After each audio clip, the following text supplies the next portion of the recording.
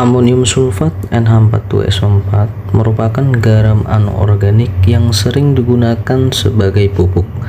Jika suatu tumbuhan membutuhkan 19,6 mg nitrogen dari amonium sulfat dan diketahui air hidrogen 1, nitrogen 14, oksigen 16, dan sulfur 32, maka massa dari amonium sulfat yang dibutuhkan sebesar berapa?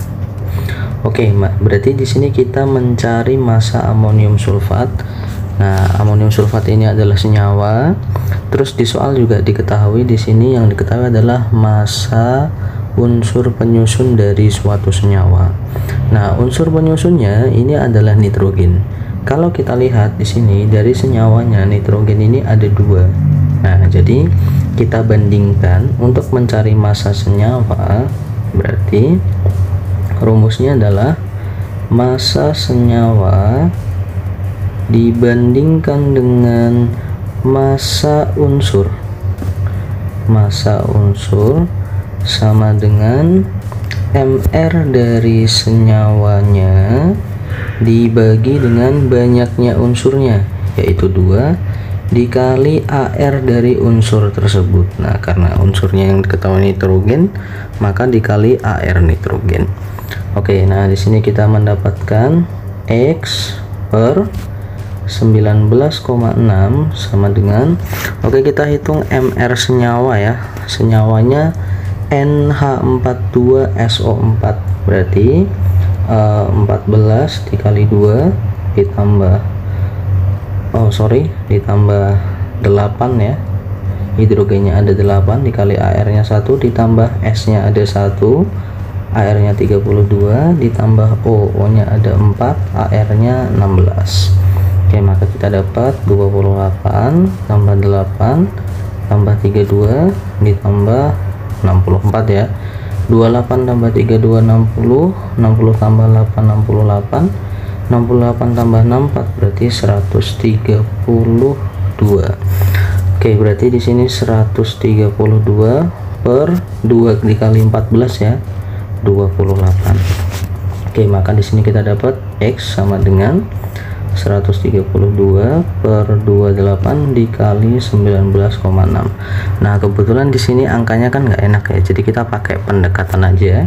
Nah, kalau 28 ini dikali 5 itu kan berarti 140. Nah, di sini 132 berarti nggak nyampe 5 ya, berarti kita ambil 4, sekian aja dikalikan 19,6. Nah, ini anggap aja 2, 4 kali 2 itu kan 8 ya. Nah, berarti jawabannya pasti lebih besar dari 8. Nah, kebetulan di sini yang lebih besar dari 8 hanya cantik, maka jawabannya adalah cantik. Suatu wadah berbentuk bola bervolume 5 liter diisi dengan 25,5 gram gas NH3 dan 40 gram gas CH4. Jika diketahui tetapan gas idealnya 0,082 liter atm per mol Kelvin dan AR hidrogen 1 C12N14, maka tekanan campuran gas tersebut pada suhu 27 derajat Celcius adalah. Oke, di sini rumus yang akan kita gunakan adalah PV sama dengan nRT. Nah, jadi kita pakai rumus tekanan gas ideal ya. Nah, di sini yang ditanya adalah tekanannya. Nah, karena di sini ada dua jenis gas, maka kita cari mol total. Pertama kita cari mol dari NH3 terlebih dahulu. Nah, mol ini rumusnya massa per mR-nya ya. Massanya 25,5, mR dari NH3 ini 17. Berarti hasilnya adalah 1,5. Sedangkan untuk mol dari CH4 ini dengan rumus yang sama, berarti 40 gram dibagi dengan mR nya 16, maka dapat 2,5. Maka di sini kita mendapatkan mol totalnya sama dengan 4 mol. Oke, nah karena ditanya adalah tekanannya, maka kita masukkan ke dalam rumusnya. P sama dengan nRT dibagi dengan volume. Oke, berarti P sama dengan 4 dikali 0,082. Oke, di sini kita harus rubah suhunya ke dalam Kelvin ya. maka 25 ditambah 273 dapatlah 298 dibagi dengan 5. Nah di sini kita hanya perlu menghitung, tapi nggak usah dihitung ya, jadi kita pakai pendekatan aja. Oke, 4/5 ini 0,8, maka di sini kita dapat tekanannya adalah 0,8 dikali 0,082 dikali 298. Kita ambil angka-angkanya aja, berarti 8 dikali 82 dikali 298. Oke, kita pakai pendekatan aja ya. Ini kita anggap 8, ini kita anggap 8, berarti 8 kali 8 ini 64, ini kita anggap 3, 64 kali 3 berarti ini 19,2. Nah carilah yang depannya 19 kurang lebih, maka jawabannya adalah cantik. Reaksi pembentukan MgOH2 berlangsung mengikuti persamaan reaksi berikut. Reaksinya belum setara. MgNO32 plus KOH menjadi MgOH2 plus KNO3. Jika ke dalam labu reaksi dicampurkan 50 ml magnesium nitrat 0,2 molar dan 50 ml kalium hidroksida 0,3 molar, maka konsentrasi per reaksi yang sisa adalah, oke, jadi di sini kita hanya fokus ke ruas kirinya aja. Nah yang pasti kita langkah pertamanya adalah menyetarakan reaksi. Nah menyetarakan reaksi itu yang penting unsurnya itu sama semua. Kalau kita lihat di ruas kiri, di sini NO3-nya itu sebanyak 2 ya, maka di ruas kanan itu harus ada 2 biar NO3-nya sama-sama 2. Nah, akibat kita pemberikan koefisien 2 kepada KNO3, jumlah kalium di ruas kanan menjadi 2, maka di ruas kiri harus 2 juga. Nah, sekarang reaksinya sudah setara. Nah, langkah pertama yang harus kita lakukan adalah mencari mol masing-masing, mencari mol reaksi masing-masing. Nah, pertama kita cari mol dari MgNO3. MgNO3 2 kali ya. Nah di sini diketahuinya konsentrasi dan volume, berarti kita pakai molar kali volume aja untuk mencari molnya.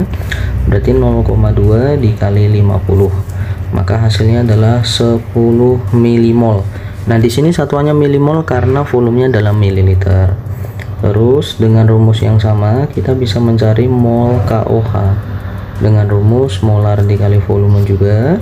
Konsentrasinya 0,3, volumenya juga 50 mili, maka kita dapat 15 milimol. Nah dari sini jangan langsung ditentukan bahwa KOH nanti akan sisa, belum tentu. Kenapa? Karena perbandingannya bukan 1:1. Nah di sini kita langsung masuk ke dalam reaksinya. MgNO32 ditambah dengan 2 KOH mula-mula reaksi, sisa atau setelah reaksi. Nah pertama kondisi mula-mulanya MgNO3 ini 10 milimol, terus KOH ini 15 milimol. Nah cara penentuan reaksi yang tepat adalah tidak menyebabkan unsur yang lain menjadi negatif. Oke, saya kasih contoh yang salah terlebih dahulu. Misalnya kita habiskan MgNO3, kita habiskan MnO3, maka di sini 10, di sini 20. Maka setelah reaksi KOH-nya -5. Nah, berarti pengambilan keputusannya di sini salah karena ada reaktan yang negatif. Nah, maka yang paling tepat ya, harusnya yang habis adalah KOH. Ini habis di sini 15, maka di sini 7,5. Sehingga sisanya sebanyak 2,5 milimol. Nah ini adalah mol MgNO3 yang sisa. Karena yang ditanya konsentrasi atau molaritas, maka langsung kita cari aja dengan rumus molaritas sama dengan milimol dibagi dengan mililiter. Nah berarti di sini 2,5 dibagi volumenya, pakai volume campuran ya, karena setelah bercampur 50 ml ditambah 50 ml maka volume campurannya 100 ml. Maka di sini kita dapatkan 0,025 molar.